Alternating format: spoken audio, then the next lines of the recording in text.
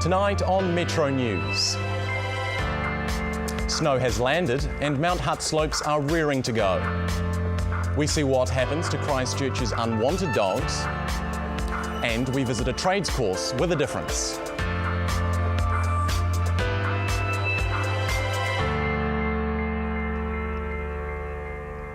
Kia ora, good evening.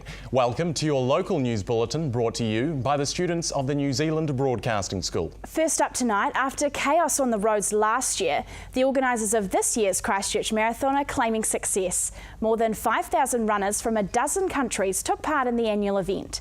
As Alicia Foon reports, things ran to plan. Are you ready? Go! And here we go, everybody, in 2016. Running a marathon, a tick off the bucket list, and new memories made. But this year, organisers also had something to prove. After last year's event ground traffic to a halt, blocking the hospital, even stranding a woman in labour. This time, the route avoided the hospital, favouring Hagley Park and the top end of the CBD, before participants hit the eastern suburbs. An event of this size, with the complexity of the course and the nature of the course we have around the city, we now know we needed a whole different system. The new system involved emergency services, the hospital and the council working together for almost a year to make it a smooth running event. It is the 36th anniversary of the Christchurch Airport Marathon. Organisers say this year they've been able to lift the bar and renew their reputation, and today people have certainly appreciated the changes they've made. No issues at all. I loved it out there, yeah, very good. A lot more spectators out there, a lot more support on the course, so it was great. No traffic issues, everything was stopped for us, so yeah, really good. They're always telling you, clearly where to go and everything. Absolutely, yeah, we'll make this an annual event, I think. For Sunday commuters, signage about road closures gave people plenty of notice. The race ringmaster, who's led the planning team, very happy. It's gone exceptionally well when compared with our unfortunate outcome from last year, so we're really pleased with how it's gone. That feeling shared by supporters and competitors. This year was definitely smoother. In particular, the finish is way better, like it just rolls through. That's probably the most supportive route that I've ran ever at Christchurch. An improved event in a city that itself is on the mend. When you see the ruins over there, what the place has been like, to what it's coming to now, it's coming away really good. They were definitely in for the run of their lives, and today everyone was a winner. Alicia Foon, Metro News. Ski fields across the country are gearing up for the coming season, and Mount Hutt is no exception. They've spent big bucks this year to attract extra skiers. Jordan Oppett's got the latest and joins us now live. Jordan. It's just 4 days until Mount Hutt officially open their slopes for the first time this year, and they're more than ready. Last year they were the top ski field in the country, and with the redevelopments made over the summer, they're hoping to keep that title. Fresh air, fresh snow, fresh faces. Mount Hutt has spent over $1 million on things like a new chairlift and other facilities to improve the overall skiing experience. We've got a new conveyor lift just up behind us here. That's for the beginner terrain, and accesses more beginner terrain for our guests who are just arriving and learning to ski and snowboard.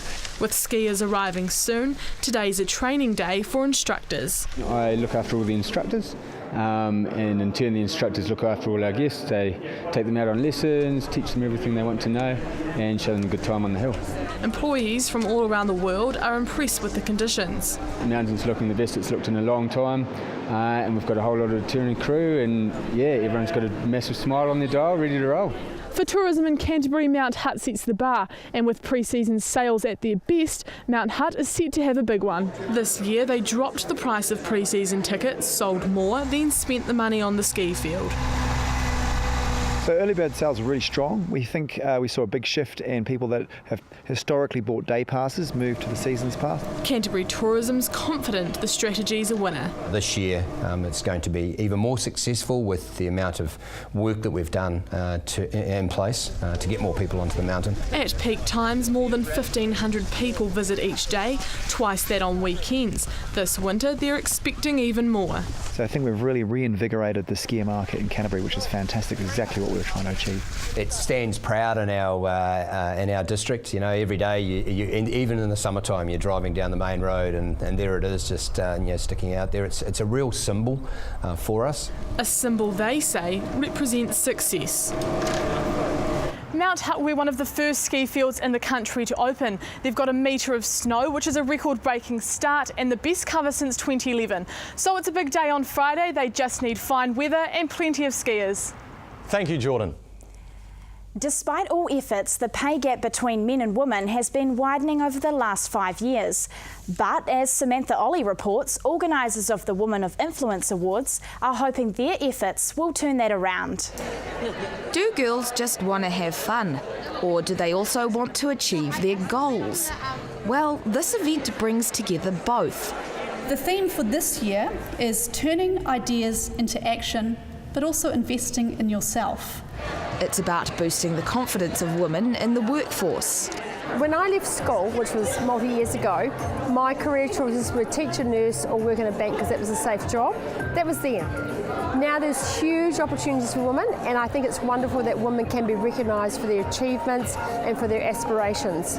From community concert organisers to politicians, there's a diverse range of people involved.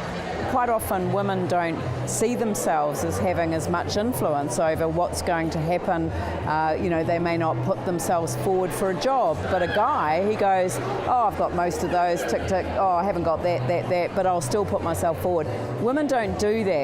But getting jobs is one thing, getting equal pay is another.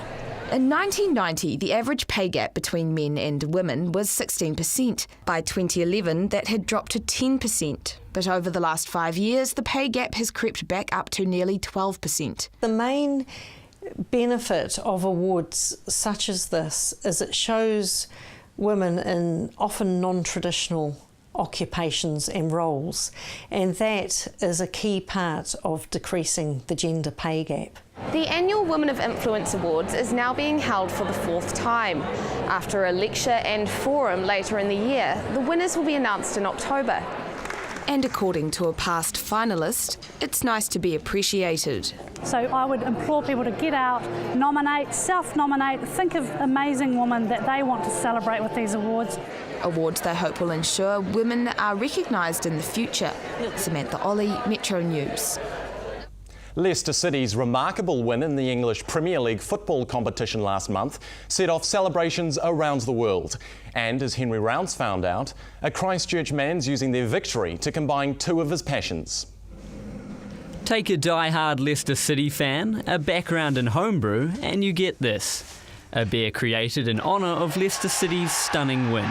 It's been a long wait for this football fan, but his loyalty's been rewarded. Just always grew up following them, and I was never really a glory hunter. Like most people had to be in Hinckley to see some success. So yeah, finally, 37 years later, it's paid off. At the start of the season, Leicester were 5,000 to 1 outsiders to win the Premier League. But after 38 games, they were still at the top of the table, and the idea for this beer was born. We've been doing, a contract brewing for about a year, and being a Leicester fan, I thought, well, we'll celebrate. We just thought, we'll put a beer around what happened through the season. The limited edition beer, called 5,000 to 1, is available at a few local outlets. It's been carefully crafted to embody what the team has achieved. So obviously a 90-minute boil for the beautiful game, the 90 minutes. And we tried to use some of the ingredients that weren't normally like the stars of hops and all the rest of it. So we asked Hops New Zealand, so what was like the least used hops. Because the Leicester City side's been built on free transfers. So what are the chances of sending some beer off to star striker Jamie Vardy? We should try, I think. Unfortunately, we just keg all our beer, so we don't package it into bottles and stuff. So I'll have to figure a way out to get a few riggers and send it through to them. They can have another party. A party that was started almost 19,000 kilometres away, with local fans still enjoying the taste of success. Henry Rounce, Metro News. Still to come on Metro News, we chat to one of the creators of a newspaper for refugees and doggy death row. What happens when stray dogs don't find their way back home?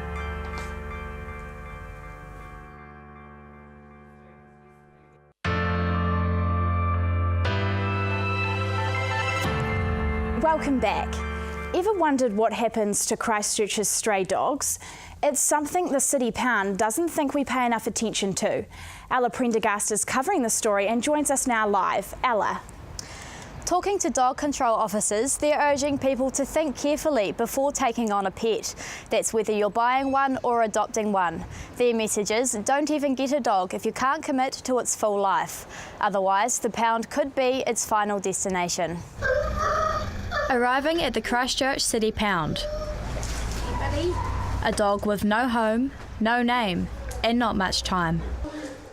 She only has a week or two to find a new owner or be put down. It's our very last option.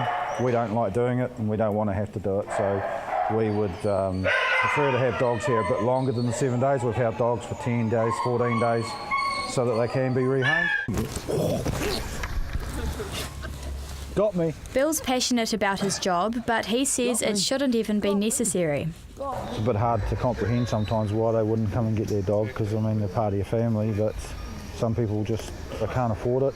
Most of these dogs will go home to their owners, but nearly 300 a year won't leave this facility. And that means they get put down. Mark Vincent says that's 300 too many. These dogs were owned by people 7 days prior to that, and for whatever reasons the owners haven't claimed them, which is a real indictment on humans, I believe. And I think we as people need to stand up and take responsibility for these dogs. A responsibility he thinks owners take on without giving it proper thought. Extremely frustrating, annoying. I lose a bit of confidence in people who allow these dogs to be left in shelters, and their outcomes are pretty dismal, really. These dogs, out of sight, out of mind. Staff at the dog pound say irresponsible dog owners simply get others to deal with the problem. Mark's done his bit. He's taken 8 stray dogs home. Well, I used to have this as my screensaver. They don't live as long as we do. And I think just saying, g'day mate, how you going? Give them a cuddle is the best thing you can do. But for the pound's most recent arrival, the clock is ticking. Now, there are organisations that take some of the dogs on death row and try to find them new owners. Dog Watch and Second Chance Dog Rescue go to the pound and pick out the ones they think could be rehomed. Unfortunately, they can't take them all. Ella, thank you. A new newspaper which targets ethnic communities will soon be available in Christchurch. The Migrant Times is dedicated to immigrants and refugees and is the first of its kind in the South Island. Ashley Yates joins us now live in the studio with one of the paper's creators. Ashley. Thanks, Katie, and thank you, Henry, for joining me this evening. So as the General Manager of the the Canterbury Migrant Centre, what's the purpose of the newspaper? Well, the purpose of the newspaper is really simple. We want to start a discourse in the community which we believe is which needs to be happen, and we have done our research and found out that there is a need that's required that the migrants do get represented in the community as much as everybody else. So what inspired you to create the newspaper? Well, the reason for that is first 2 reasons. One is because we are not a migrant centre, we are the migrant centre. But by that what I mean is there is only one migrant centre which is in the whole of Canterbury that is there to service the migrant and their needs. Secondly, because of the earthquakes, the diversity within in the whole of New Zealand or other parts of the world where migrants are generally represented successfully, it hasn't happened in Christchurch purely because of the earthquakes, because it wasn't an organic growth. It just happened straight away earthquake. Next day we needed 800 migrants, 600 migrants to help with the rebuild. So that's why we believe that because they have come at such a short notice, the Kiwis haven't had the opportunity to have that embrace the change, and migrants obviously haven't had that opportunity because it's just been thrust upon us thanks to the earthquakes. Do you think that ethnic communities are underrepresented in the media? We believe it's yes and a no. Yes, they do get represented from time to time. However, we believe that there could be much more done to help that representation be more clear in the media and done in the right way, because we believe behind every not so good story there are at least 100 success stories that happen behind the scenes which don't get reported. So talking about the new newspaper, the Migrant Times, what's going to be included in it? Well, it's going to include the news, the views, the celebrations, but most importantly, what we do want to start is using ethical journalism, which is about that. What I mean is we want to make sure there's a discourse that starts in the community about the issues that not just migrants, but also Kiwis feel that's happening, but no one's talking about it. And so that's what we believe that we need to start a discourse in the community. And where would you like to see the newspaper in, say, 5 years' time? In 4 to 5 years' time, we would like the Migrant Times to be the go-to place for migrants and their issues and be a voice for all, really. Cool. Thank you so much, Henry, for joining me tonight, and good luck for the newspaper. Thank you very much. Back to you, Mitchell and Katie. Ashley, thank you. A popular kids attraction combining education and fun may be forced to close its doors if it doesn't receive funding. Imagination Station is short of money, and that's putting a strain on the much-loved centre. Stephanie Murphy finds out more. It's a creative outlet for children to build, create and share. To me, this place is amazing. It's the best job in the world. She's talking about Imagination Station, where Lego is the big attraction. We know that it's a place that the community want to be. We've had 80,000 visitors since January of last year. It's nestled in the heart of Christchurch. It's an excellent place to train your knowledge about Lego if you really want to learn that bit more. The kids learn a range of skills. Stop motion is where you use little tiny frames, and when you play it together it looks like they're moving by themselves. But this all may soon come to an end. The centre is rapidly running out of money. With one of its major funders pulling out, Imagination Station needs $25,000 in order to stay open. Otherwise, by August, it will be closed. Entry's free and they want to keep it that way. But with only 2 major funders, it's a problem. We've had a lot of comments from children and families on our Facebook page around how upset they would be if we were to close. The kids agree. It would just be horrible, and it would be so sad to just see all the work that they've done shut down. Imagination Station has already raised around $5,000 and has a fundraising day planned. But staff are concerned because all attempts to get a new backer have so far failed. I would be shattered. Like this place just means so much to so many people, and we see so many happy people here every day. Like, I think it would just be a huge loss. I'd be really upset if we closed. Fun and games now, but if the centre can't find the money, it could be closed by August. Stephanie Murphy, Metro News. Still to come on Metro News, an initiative to get young people involved in Christchurch's future. And we take a look at a special trades course that teaches more than just building skills.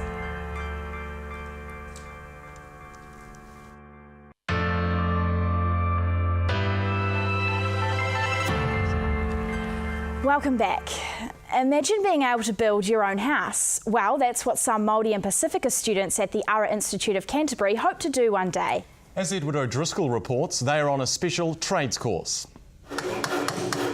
These students are chipping away with the hope of becoming professional carpenters. The Te Toki Ki Te Rika program aims to inspire Māori and Pacifica leadership within the trade industry. If you want to be foreman, if you want to be quantity surveyor, construction management, yeah, everything's there set for you to follow that path. It's all about learning and education and improving your education. The program started in 2011 after the earthquakes, and over 1,000 students have completed the course. Of that, 780 of them are in full-time employment, reducing those needing government support. And we've actually saved the government $11.5 million in benefits. So I'd say there has to be a win for the whole country. And doing something productive is embraced by the students. It's so much better than just sitting at home and thinking about work when you're actually here doing practical work. I wanted to gain some skills that would contribute to the lifestyle that I want, to be more independent, to be able to build my own house one day, build for my family. The one-year course is free for anyone aged 16 to 40 and is a collaboration between Ngāi Tahu, Hawkins Construction and the Ara Institute. It sets the students up for a job and a career. For me, it's just a step in the direction that I want to be heading in, and without this program in place, it would have been up to myself to pursue that on my own behalf, and I don't really know the right people and have the contacts to be able to do that. Once the students are done with the course, their aim is to go out into the industry where they'll be able to put their skills to good use. Edward O'Driscoll, Metro News. The Christchurch Youth Council's put together an initiative for young people that doesn't involve alcohol but promises free pizza. The council's paired up with the Ministry of Awesome, and as Lauren Paddy finds out, it's all about getting younger faces involved in the city's future. It might just look like a pizza night, but A Slice of Youth was also about helping young Cantabrians make things happen. Our 3 big things is about opening doors, making noise and connecting the dots for young people. So once they know about how their voice can be heard, we can assist that, we can go along with them to do submission hearings, all those sorts of things. The first Epic Centre evening, funded by the Council's Strengthening Communities Fund, pulled in a crowd keen to put new ideas in the mix for Christchurch. It's really good for us to sort of be guided by what young people are thinking. If cleaning up the Avon River is one of their main priorities, and that's something we'll focus on. The speakers are arguably more fresh-faced than those at a Ministry of Awesome gathering, but they're still making waves within their communities. Take trailblazer April McLennan. Her workshops aim to inspire high schoolers to change the world by entering fields that they love. Limitless is about equipping young people for lives of passion and purpose, helping them find careers that they're passionate about. April's first conference for 200 Year 10 students is in October, but she's already an inspiration. People just sort of, being able to do the things they love and not have any sort of borders or limitations around their passions. I think what inspires me is probably the people in Christchurch and making changes that really benefit especially the young people. So as the Garden City continues to bloom, the young people within it are hoping nights like this will have them doing the same. Lauren Paddy, Metro News. Andrew's here with the weather now. What's the week looking like? Well, Katie, it's been a cold but clear Queen's Birthday weekend. We've had mainly sunny skies across the region, and it's the warmest day of winter on record so far, although you probably couldn't tell from this morning's start. OK, looking forward at Christchurch, we're set for a high of 12 and a nippy low of just 2 tomorrow, so you're gearing up for clear skies across today. However, get ready for some cloud and rain to swoop in later on in the week. The regions are set for much the same. However, those in Ashburton should be preparing for a cold night. Switch on that electric blanket. You're set to drop down to a brisk -1. Other than that, everyone's sitting on a high of 12 with mainly sunny skies for the next few days. It's a little more welcoming as you head north. Oxford, you're sitting on 12, but Kaikoura and Hanmer, they're the pick of the bunch, sitting on a lovely 14 degrees. Sunny skies set to continue for most of the week. However, get ready for some cloud and rain in the coming days. Make sure you've got your raincoat packed. And winter has truly set in. Police are saying be careful on those roads. Keep an eye out for black ice and wet conditions. That's your weather for now. Back to you, Katie and Mitchell. Thanks, Andrew. And that's Metro News for tonight. For these stories and more, head to our website, metronews.co.nz. You can also find us on Twitter and Facebook. Join us again tomorrow night. I'm Mitchell Alexander. And I'm Katie Stevenson. Good night.